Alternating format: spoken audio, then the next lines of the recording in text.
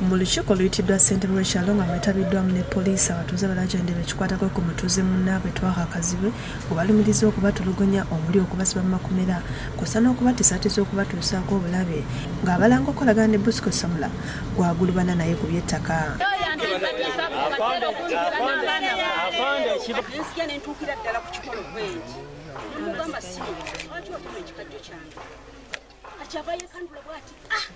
Kati jambi anajikola ki najingalulira jambi anenjikwata ne musinga amani baya yali agala kuntema kukwata ne musinga amani jambi anenjikwata najanga ngweranga kuma ebigambo ebiri nga wemula Samula ategeezezza ngendo oluto wakati wawe bwe zimaze emyaka 8 nga ziva ku ttaka bw'atyo n'asaba RDC w'ennansana Shafiiki Nsubuga okuyingira mu nsonga z'ekyalo. Saba oyingire mu nsonga zange mbonye emyaka mutuuze tewali atamumanyi ankoze ebikolo birungi amenye ennyumba yange nga bwenzawo bwenjizimba nga bakakiiko balaba anzibye nengenda n'empaaba naye nga siriirirwa.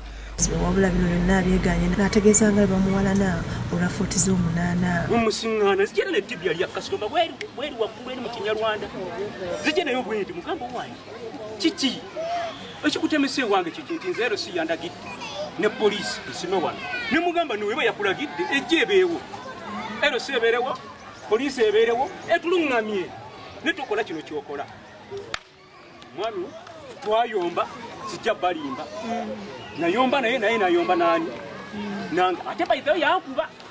Poliisi era wano erabudde abantu okukomya okuwa amawulire ag'obulimba kuba kitaataganya emirimu gyabwe bw'atyo n'asaba n'ababatiisatiisa bannaabwe okukikomya kuba musango. Kyoteeka okutiisatiisa musango addamu okutiisibwatiisibwa jangu waggulu okulewo fayiro deko amazima gwaleese okukola ki nga gwokakasa nti bamukubye.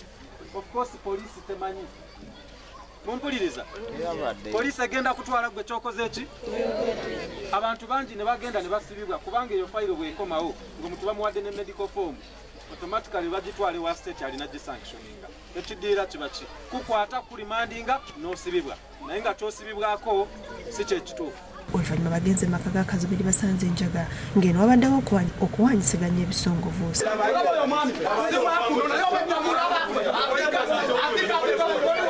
Ssentebe Francis Kisembo ku nsonga z'abatuuze be asazeewo bw'ati. Okubatabangula byebikoolakoola abantu abamu bye banywa n'okweyisa obubi mu bantu bannaabwe naye nabyo tugezaako okubirwanyisa era tulabe ng'omuntu addamu n'akolagana ne banne.